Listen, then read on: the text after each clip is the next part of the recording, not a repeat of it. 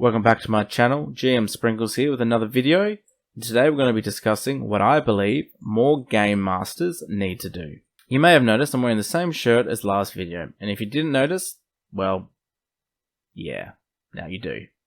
The reason for this is this was meant to be one video, but I recorded too much footage and it was going to be way too long of a video. So here we are with a second video. Look at that, how lucky are you guys? Now these are obviously my opinions and you don't have to agree with them, but if you do want to dispute them or add your own, you're welcome to do so in the comments. I'd love to read them. Something that I've done in the past, and I wish I didn't do, and I do see it a lot with new DMs, is that they will dictate how the player feels, which is, in my opinion, a big no-no. And when I say dictates how you feel, they say, oh, you can't help but to feel this, and unless that's happening from a magical effect or some external force, that's a really bad thing because you're taking player agency. Or you get them to do an action, and they say, oh, my character wouldn't do that. That means that you've made the mistake. And I've done this as well, and I hate when this happens, because I have taken their character and done something with it that they may have not wanted, and that's a really bad thing to do, in my opinion. Another thing that I like to try and avoid is fudging rolls, especially in D&D 5th edition, because I just think that the whole game is based on a random chance, and if you're fudging rolls, you shouldn't be doing that. You should be letting where the dice lay. I do understand sometimes if it's a brand new character and they could just die outright if you don't fudge it in their favor, and I think that's fine, but I would be careful doing that, and if you do it, I wouldn't tell the players about it because it really pulls them out of the experience. I have done this in the past where at the end of a game I was telling the party, oh, you guys would have been wrecked if it wasn't for me changing that role, and then it makes the players feel that their choices didn't matter and you were protecting them, and that's not really a fun experience in my opinion. I also see it a lot when there is a big villain or a very important NPC that the players go up against and it dies really quickly, or it's going to die really quickly, so the DM fudges the roll for it to miss, the attack miss, or it doesn't quite kill it.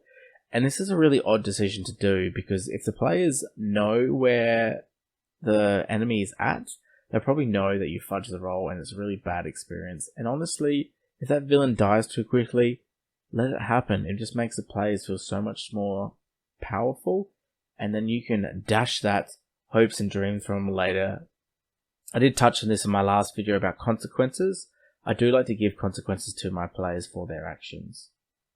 A good example of this is if a player wants to break into a house and you don't really know what's in that house, don't just say, no, you can't get in there. Instead, just let them have a go, and maybe their pick breaks, or maybe if they do succeed, maybe the owner is there and they hear the door being unlocked and they're wielding a weapon to threaten them away. These are all fun ways to have that consequence, to make the player realize that they can't just do whatever they want, and if they do want to make stupid decisions, let them go ahead with that and learn from that experience. I also like to give my players free rein and let them go about the world how they want to, so don't push them in a certain way unless the story needs to get moving. But I think this is really fun and very important to let your players just go about and interact with the world how they want to.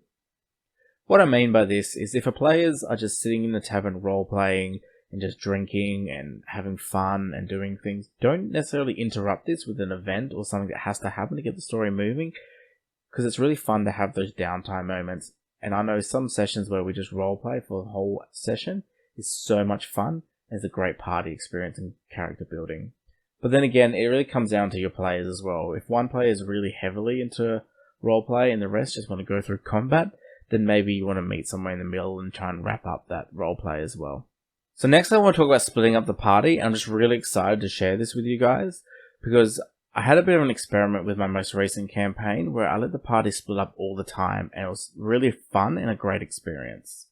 I think we should be letting our players split up and see what happens, and get them in those dangerous situations where they need to somehow weasel their way out or call in for backup.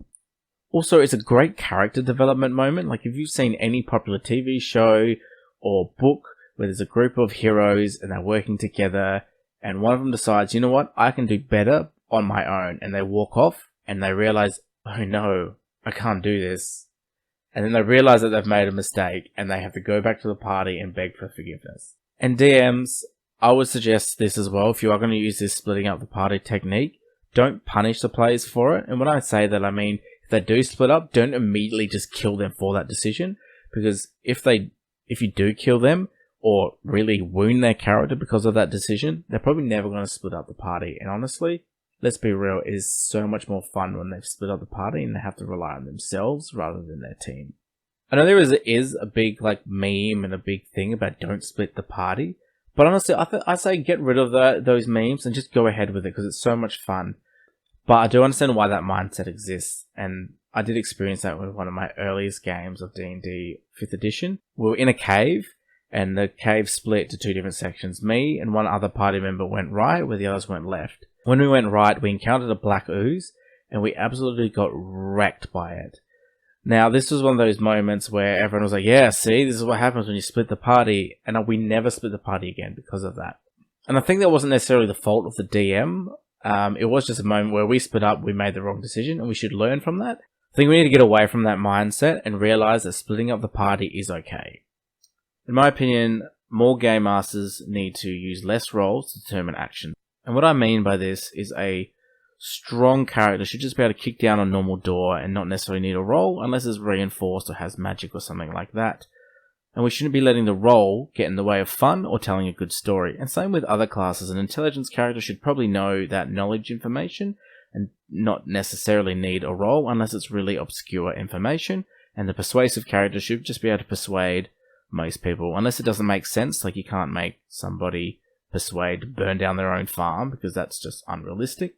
But you get the point, is that we shouldn't be just doing a roll to determine every single action. And it is okay to say, yes, you do break down that door.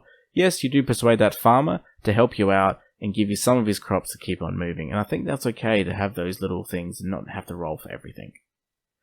At the end of the day, it is a role-playing game and not a role-playing game. Thank you for making it to the end of the video. If you did enjoy it, please like, subscribe, and share to your friends. If you don't really have any friends you can share to your mum. That's what I do. If there is anything you think I missed, or there's something that you believe that more game masters need to do, please do put it in the comments below. I would love to read it. Otherwise, if you want to give your feedback or just rip me a new one, do that as well. If you do want to follow me elsewhere, you can. I have a Twitter, @SprinkzDM, and an Instagram, GM_Sprinkles, and you can follow me there. On Twitter, I do post what I'm up to in my games, RPG hooks, writing prompts, just really whatever I feel like, and you can follow me there. Thank you for watching. See you next week when we discuss character creation. Have a lovely day.